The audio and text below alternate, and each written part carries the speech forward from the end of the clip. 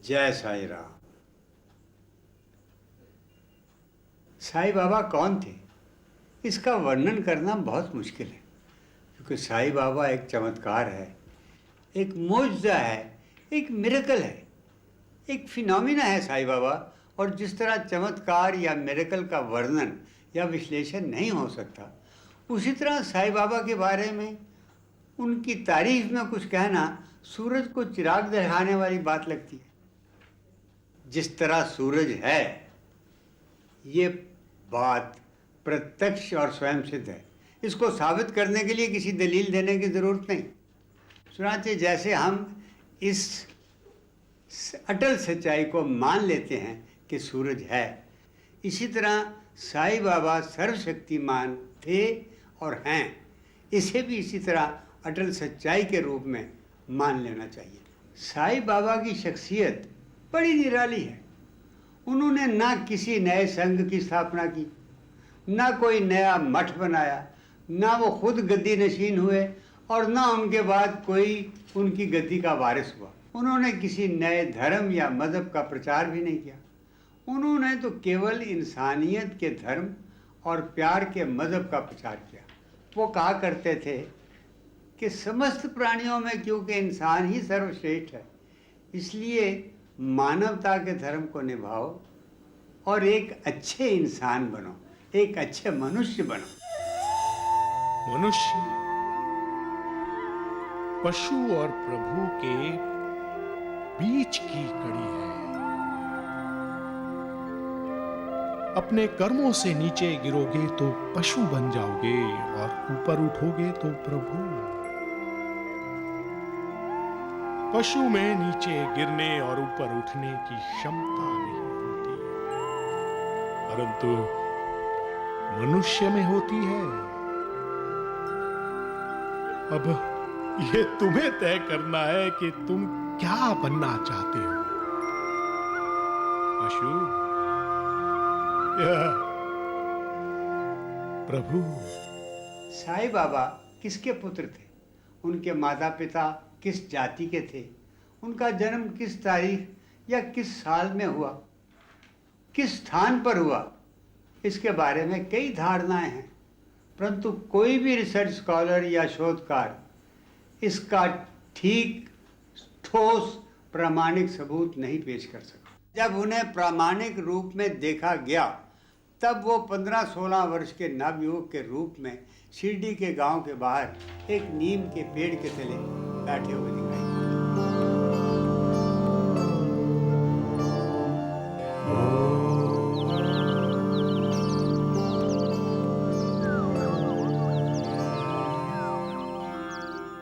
वहां से उनके जीवन का प्रामाणिक इतिहास पूरा मिलता है। और चूंकि उससे पहले किए उनके जीवन का इतिहास अथॉरिटेटिव रूप में कहीं नहीं मिलता, इससे पहले क्या हुआ, कैसे हुआ, वो चूंकि प्रामाणिक नहीं है, इसलिए हम इसे दिखाने की आवश्यकता नहीं समझते। परंतु एक बात तो सिद्ध है कि इस प्रकार के अवतारी जीव जब धरती पर आते हैं तो उन्हें किसी दैवी शक्ति की इच्छा से ही भेजा जाता है और उसको उनका कार्य निश्चित होता है। जैसे गीता में भगवान श्री कृष्ण ने कहा है, परित्राणाय साधूनां विनाशाय च दुष्कृतां धर्म संस्थापनार्थाय संभवामि युगे युगे। यानी जब जब धरती पर पाप बढ़ जाते हैं तो भक्त जनों और साधु जनों का उद्धार करने और पापियों का विनाश करने के लिए, फिर से धर्म की स्थापना करने के लिए मैं हर युग में अवतार लेता हूँ। परंतु भगवान और संत में एक बड़ा फर्क है।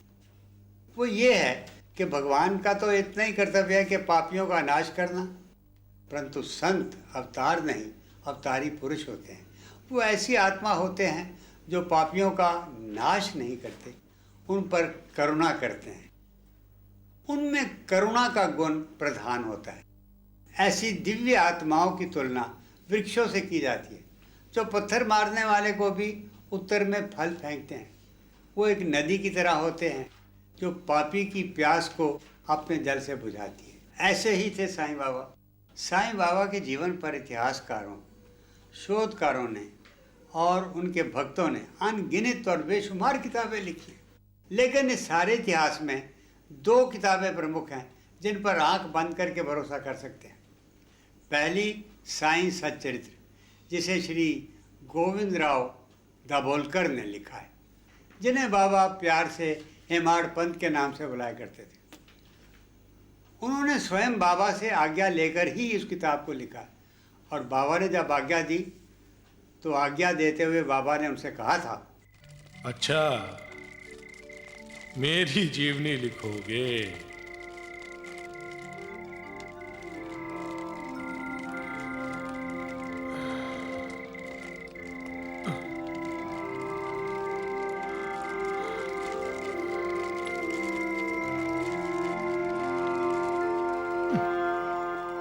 लिखो लिखो। मेरी जीवनी लिखने के लिए मैं तुम्हारी सहायता करूंगा,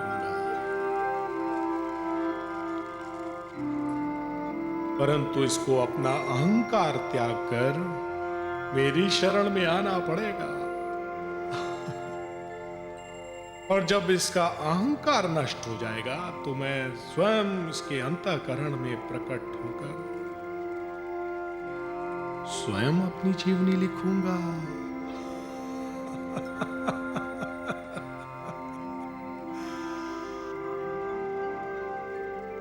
अल्लाह मालिक। और दूसरी प्रमाणिक किताब है शिरडी डायरी, जिसे अमरावती के मशहूर एडवोकेट श्री गणेश श्री कृष्ण खापर्डे ने लिखा है। वो पहली बार बाबा से 5 दिसंबर 1910 में मिले। उन्होंने अपनी डायरी में हर रोज़ के वाक़यात का उसी प्रकार हूबहू वर्णन किया है जिस तरह उन्होंने अपनी आंखों से देखा और कानों से सुना। श्री खापर्डे ने 7 दिसंबर 1910 की अपनी डायरी में लिखा है कि आज द्वारका माई में बैठे हुए बाबा ने अचानक मुझे एक रहस्य की बात बताई। खापर्डे, पता है, मैं यहां हजारों साल पहले था। मैं यहां 8-10 हजार साल पहले रहता था। कभी कभी अकेले में वो हेमाड़ पंत और खापर्डे को अपने दिल का दर्द भी बताते। देखो ना, हर कोई मुझसे धन या दौलत यह बीबी बच्चे मांगता है, पर जो असली खजाना है, जो मैं देना चाहता हूं, वो मुझसे कोई नहीं मांगता। बस थोड़ी देर और इंतजार करूंगा, फिर चुपचाप यहां से चला जाऊंगा। हेमाड़ पंत और खापर्डे दोनों ने लिखा है कि सन 1910-11 के आसपास साईं बाबा की शोहरत दूर दूर तक इतनी फैल गई थी कि सारे देश के कोने कोने से हर रोज़ सैकड़ों भक्तजन शिरडी पहुंचने लगे। इन्हीं दिनों उनके भक्तों ने उनकी आरती करना भी शुरू कर दिया था। रात को जब वो द्वारका माई में सोने के लिए जाते हुए बाजार से गुजरते थे तो भक्तजन उनकी आरती करते हुए साथ साथ द्वारका माई के अंदर तक उनको पहुंचा कर आते थे। शिरडी में रह कर भी तेरा कण कण में वास है। कोई पास हो कि दूर हो, तू सबके पास है। हर प्राणी पर तेरी ममता, तुझ में रब जैसी क्षमता है। तू अपने ऊपर ले लेता, तू अपने ऊपर ले लेता, जीवों पर आए दुख तमाम साईं राम, साईं श्याम, दुख भंजन तेरो नाम। साईं राम, साईं श्याम, दुख भंजन तेरो नाम। सुख धाम धन धाम, साईं राम साईं श्याम, गुण धाम यश धाम, साईं राम साईं श्याम। भक्त वत्सल दीन बंधु बाबा तुझे प्रणाम। साईं बाबा तुझे प्रणाम, साईं बाबा तुझे प्रणाम।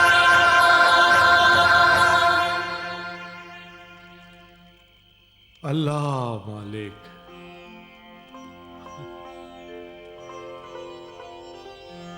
अल्लाह मालिक।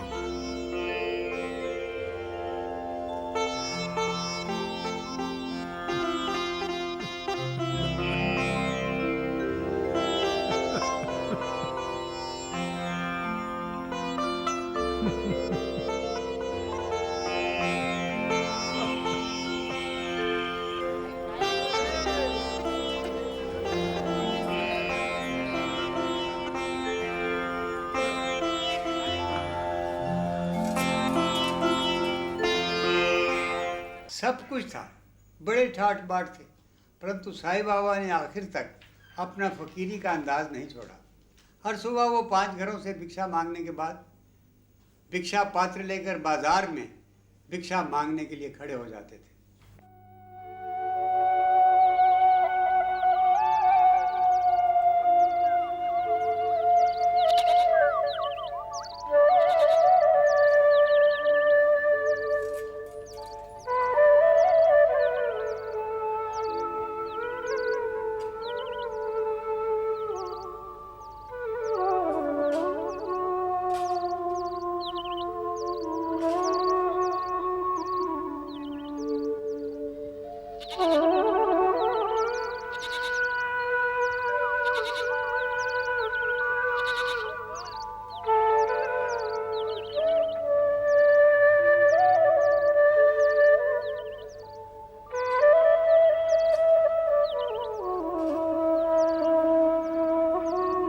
ये दासगणु है, बाबा का एक गरीब सा परम भक्त जो छोटा मोटा एक देहाती कवि था और जो टूटी फूटी शायरी करता था। जब भी वो बाबा का देखता तो भाव विभोर होकर गाने लगे। कभी सोता टमरे पटिया टाट है। ओ शशांक की शशांक तेरा, मन में ठाट है। तू रहता मस्त फरीद में, दिया चारों दिशा कीर में। आए सारी दुनिया के, कहाँ है सारी दुनिया के,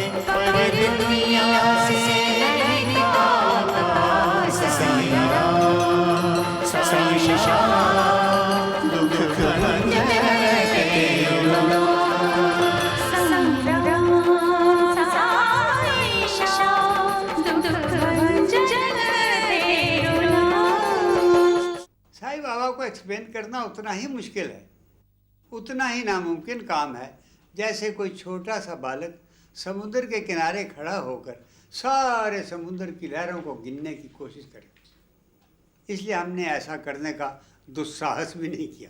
अपनी लीलाओं में से साईं बाबा ने जितनी कथा हमारी झोली में डाल दी है, हमने केवल आपको उतनी ही कथा सुनाई है, वरना साईं कथा अनंत है, साईं नाम अनमोल, जन्म सफल हो जाएगा, साईं साईं बोल। हमारी सच्चिदानंद सतगुरु श्री साईनाथ के चरणों में यही प्रार्थना है कि वो हमारे समस्त दर्शकों पर अपनी करुणा की बारिश करें, आप सबके दुख दूर करें, आपको मनोवांछित फल प्रदान करें। और सब दर्शकों की उदारता से हम ये आशा रखते हैं कि वो जब जब साईनाथ का स्मरण करें तो हमारे लिए भी उनसे प्रार्थना करें। जय साईनाथ, जय साईं बाबा। ओम।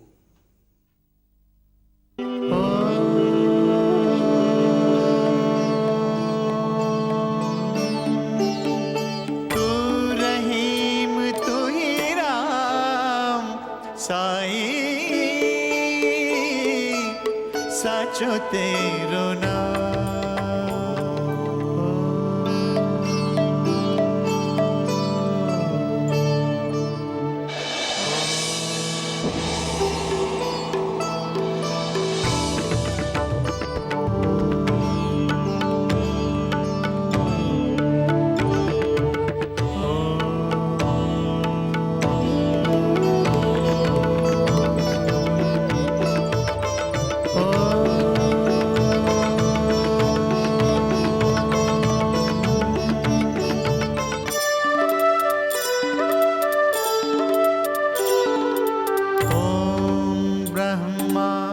विष्णु महेश्वर सृष्टा पालक अरु प्रलयेश्वर, ओम अनंत अगम अगोचर, तू रहीम तू ही राम साईं, साचो तेरो नाम।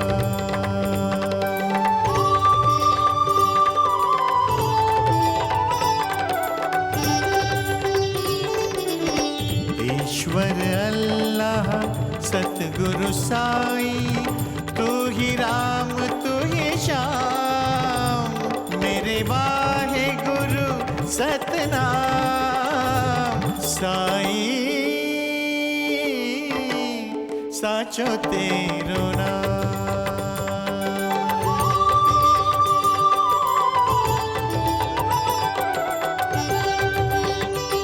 मोहे दर्शन दे प्रभु दर्शन दे,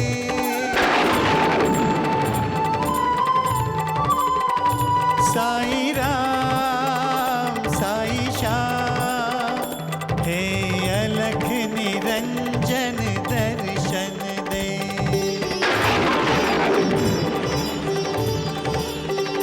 दर्शन दे साईं दर्शन दे,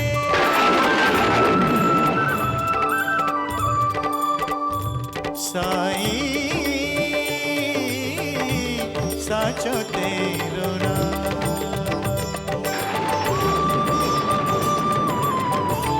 साचो तेरो नाम। हरि ओम हरि ओम हरि ओम हरि ओम हरि ओम हरि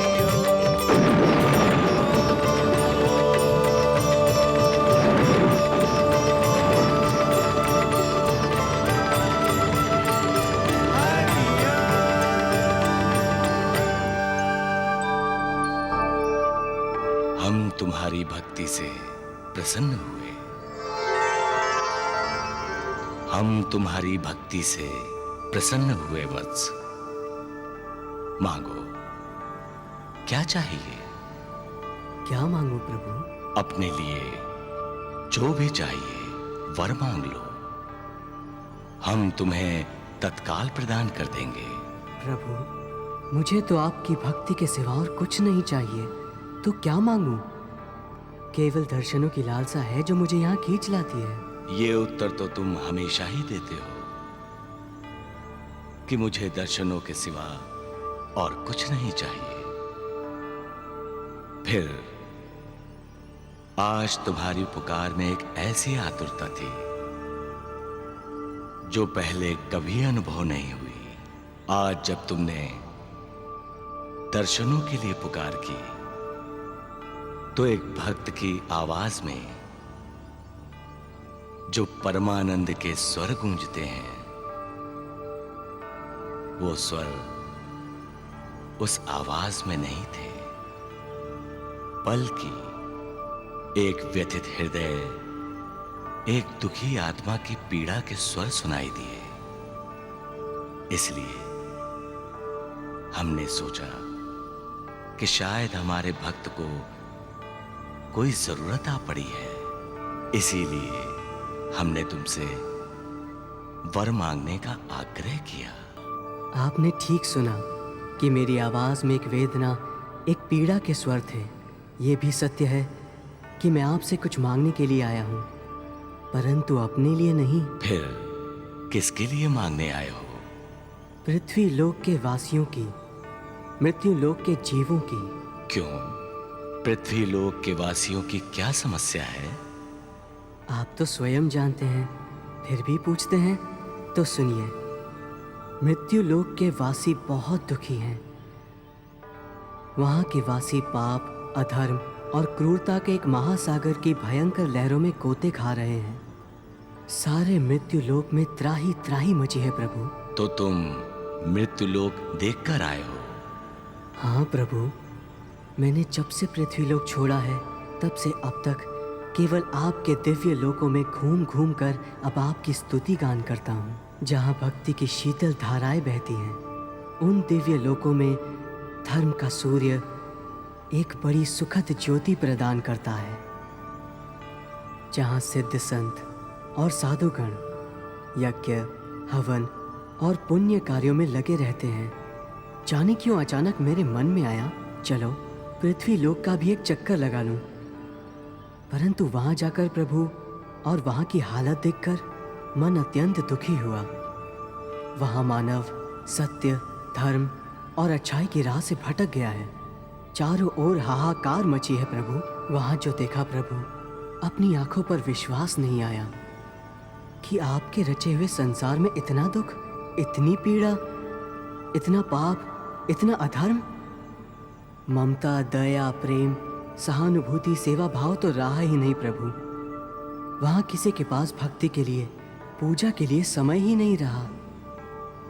माता पिता बूढ़े हो जाएं तो उन्हें अपने घर से निकालकर किसी अनाथालय में भेज देते हैं प्रभु। सबके दिलों में एक दूसरे के लिए प्यार के स्थान पर घृणा है। आपका मानव भटक गया है प्रभु। उनको रास्ता दिखा दो प्रभु। उनका उद्धार करने वाला कोई नहीं रहा। मानव जाति को इस पाप के दलदल से निकालने के लिए अब आपके अवतार लेने का समय आ गया है प्रभु। आपको तो इसी क्षण वहां जाकर दुखियों का दुख दूर कर लेना चाहिए भगवान। मैं यही प्रार्थना करने आया था। परंतु जो प्राणी अपने ही दुष्कर्मों और पापों के कारण दुखी हो रहे हैं, उनकी मैं क्या सहायता कर सकता हूं? ये सब उनके अपने कर्मों का फल है जो उन्हें भोगना ही पड़ेगा। परंतु भगवान, एक साथ सब लोग ऐसे दुष्कर्मी क्यों हो गए हैं? जब मैं धरती पर था तब तो ऐसा वातावरण नहीं था। जब तुम वहां थे तब वहां सतयुग था वत्स, परंतु अब वहां कलयुग आ गया है। इतनी जल्दी? नहीं, तुम सतयुग में अपनी मानव देह छोड़कर जब आए तब से तुम केवल दिव्यलोक में ही भ्रमण कर रहे हो। इतनी देर में धरती पर सतयुग, द्वापर और त्रेता युग भी गुजर गए हैं। अब कलयुग का समय है। कलयुग का प्रभाव ही ऐसा है वत्स कि धरती के वातावरण में पाप और अधर्म के बादल छाए रहते हैं। कलयुग कर्म युग होता है। जो जैसे कर्म करेगा वैसा ही फल पाएगा। किंतु प्रभु, उनके कर्म इसलिए अच्छे नहीं हैं क्योंकि उन पर कलयुग का प्रभाव है। वातावरण में ही जब धर्म और भक्ति नहीं रहे तो उनका क्या दोष? उनके आचार विचार तो वैसे ही होंगे जैसा वातावरण होगा। प्रभु, जब पाप की बरसात होगी तो कोई पाप से भीगे बिना कैसे रहेगा? आप उनके कर्मों की सजा देंगे उन्हें, तो ये उनके साथ न्याय नहीं होगा प्रभु। आप उनके माता पिता हैं। पिता बनकर मत सोचिए, माँ बनकर सोचिए। बच्चा अच्छा करे अथवा बुरा, माँ उसे कभी सजा नहीं देती, सदा करुणा देती है। आप भी करुणा दिखाइए प्रभु। करुणा अवतार बनकर जाइए धरती पर और धरती मानव दुख को दूर कीजिए। हम तुम्हारी भावुकता से प्रसन्न हुए वत्स, और हमने निर्णय ले लिया है कि तुम्हारे भीतर इतनी करुणा जागी है तो मेरे स्थान पर तुम ही मृत्युलोक में जाओगे, मेरा करुणावतार बनकर, और सारे संसार को दुखों से मुक्त करोगे। तो यदि सारे संसार के दुख को दूर करना होगा तो मुझे सारा संसार घूमना होगा प्रभु, और उसमें इतना समय लग जाएगा कि मेरी आयु ही नहीं बचेगी। चिंता मत करो, तुम्हें सारी दुनिया में जाने की आवश्यकता नहीं। दुनिया चलकर तुम्हारे पास आएगी। मेरे पास? कहाँ प्रभु? एक छोटा सा गांव है जिसका नाम होगा शिरडी। शिरडी? वहीं क्यों प्रभु? वो भूमि एक महान तपोभूमि है जहां आज से 8-10 हजार वर्ष पहले तुमने स्वयं अपने एक जन्म में महान तपस्या की थी। वहीं पर एक गुफा में आज भी तुम्हारे गुरुदेव की 4 ज्योतियां जल रही हैं। जो स्थान तुम्हारा तपोभूमि था अब तुम्हारी कर्म भूमि होगी, और सारी दुनिया के दुखी लोग तुम्हारे पास मदद के लिए आएंगे। यही नहीं, तुम्हारे शरीर छोड़ने के बाद भी लोग आते रहेंगे, और तुम्हारा नाम लेने से ही उनके दुख दूर होते रहेंगे। तुम हमें साईं नाम से पुकारते हो ना? धरती पर लोग तुम्हें साईं नाम से ही पुकारेंगे। अब हम तुम्हें अपनी सारी चमत्कारी शक्तियां भी प्रदान करते हैं। तुम जो चाहोगे, जैसा चाहोगे, वैसा ही चमत्कार घटित हो जाएगा। एक भक्त को चमत्कारी शक्तियों की क्या आवश्यकता है प्रभु?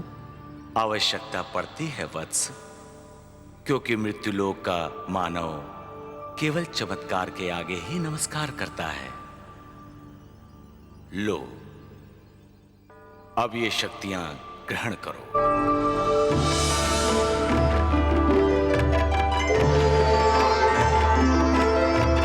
परम शक्ति से जैसे ही जाने की आज्ञा पाई,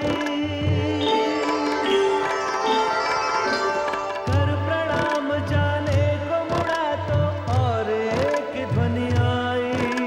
मैं हूँ ब्रह्मा, मैंने सृष्टि रची है सारी, मातृभाव से सींची मैंने ये फुलवारी।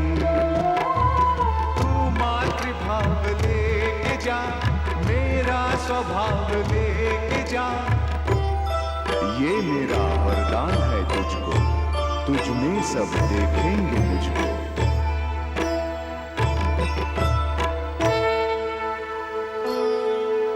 ये मेरा वरदान है तुझको, तुझ में सब देखेंगे मुझको।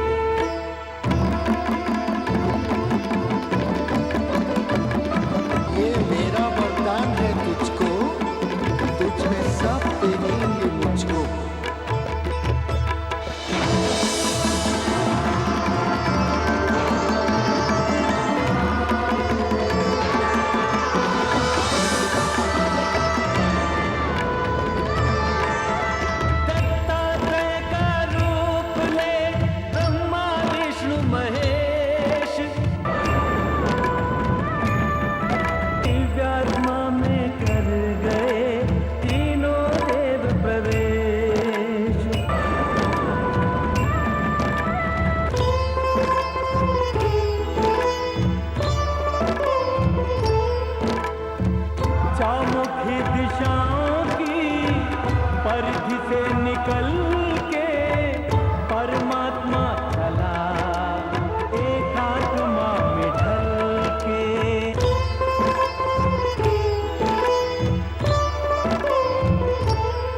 जिस जिस लोक से होकर जाए, देव यक्ष गंधर्वों का दल यही गाए। अभिनंदन अभिनंदन अभिनंदन, नित्य लोक के राजे शत शत अभिनंदन। अभिनंदन अभिनंदन अभिनंदन अभिनंदन। शुभ हो मंगलमय हो तेरा भूमि पर गमन। मंगलमय हो तेरा भूमि पर गमन, नित्य लोक के राजे शत शत अभिनंदन।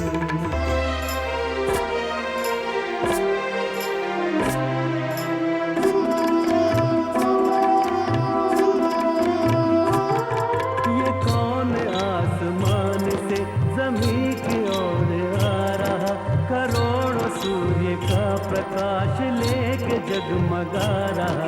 ये कौन देव रूप है, ये कौन पुण्यवान है, ये कैसा तेज पुंज है, ये कौन शक्तिमान है। ईला इंद्रो श्रीधर्षवाह, शंखनाद घंटनाद और स्वस्तिवाचन। मंदिरों के ऊंचे शिखर करते अभिवादन।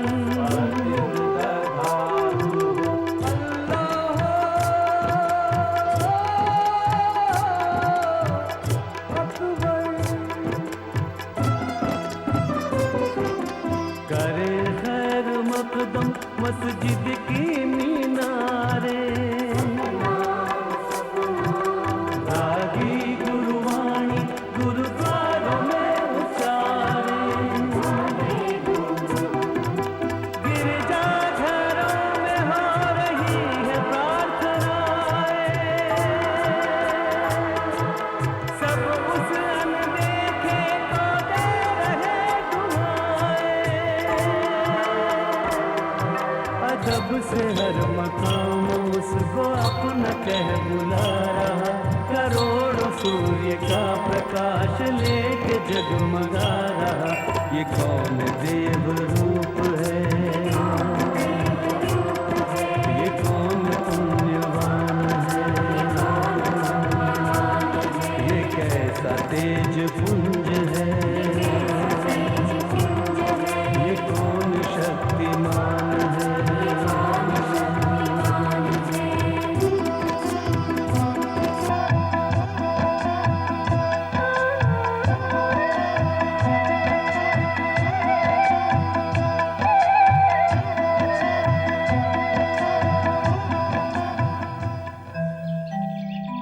धरती पर आने के बाद किस माता के गर्भ में इस दिव्य आत्मा को मानव शरीर का चोला पहनाया गया, फिर उस मानव शरीर ने किस स्थान पर जन्म लिया और वो कौन सा साल था, किस मां की गोद में वो पले बढ़े, किस मां की उंगली पकड़कर उन्होंने चलना सीखा, किस गुरु ने उन्हें वेद शास्त्रों का ज्ञान दिया, या किस पीर ने उन्हें कुरान पाक की आयतें पढ़ाईं।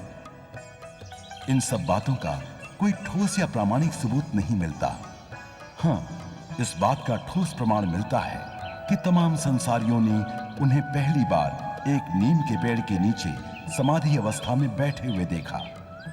वो एक 15-16 साल के तरुण योगी के रूप में दिखाई दिए थे, जिनकी मोहिनी कुछ ऐसी थी कि जंगल के पशु पक्षी सब उनकी तरफ आकर्षित हो रहे थे।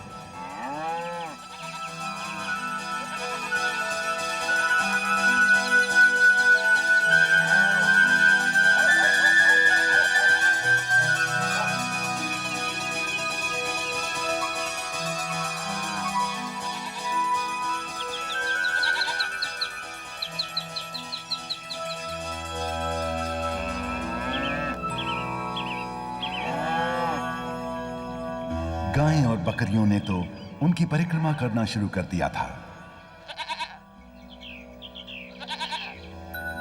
ये अद्भुत दृश्य देखकर जंगल में गायें और बकरियां चराने वाले चरवाहे हैरान हो गए। अरे मेरी आंखें ये क्या देख रही हैं? हमारी गाय इस योगी की परिक्रमा कर रही हैं।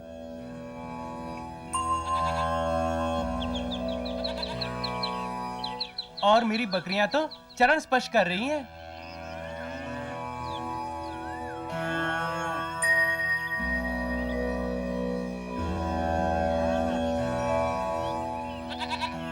हमारी गाय भी चरण स्पर्श कर रही है इस योगी की।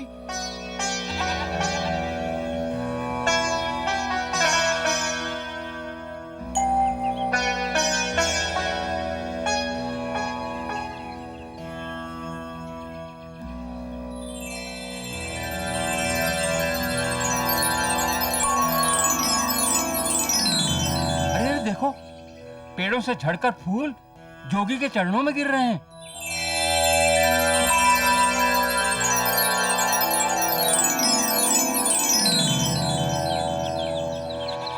सचमुच ये कोई चमत्कारी दिव्य योगी है।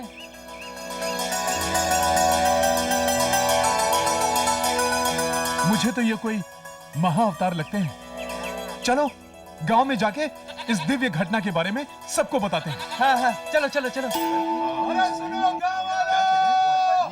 अरे ये तो योगी अरे चलो भैया, चलो देखते हैं।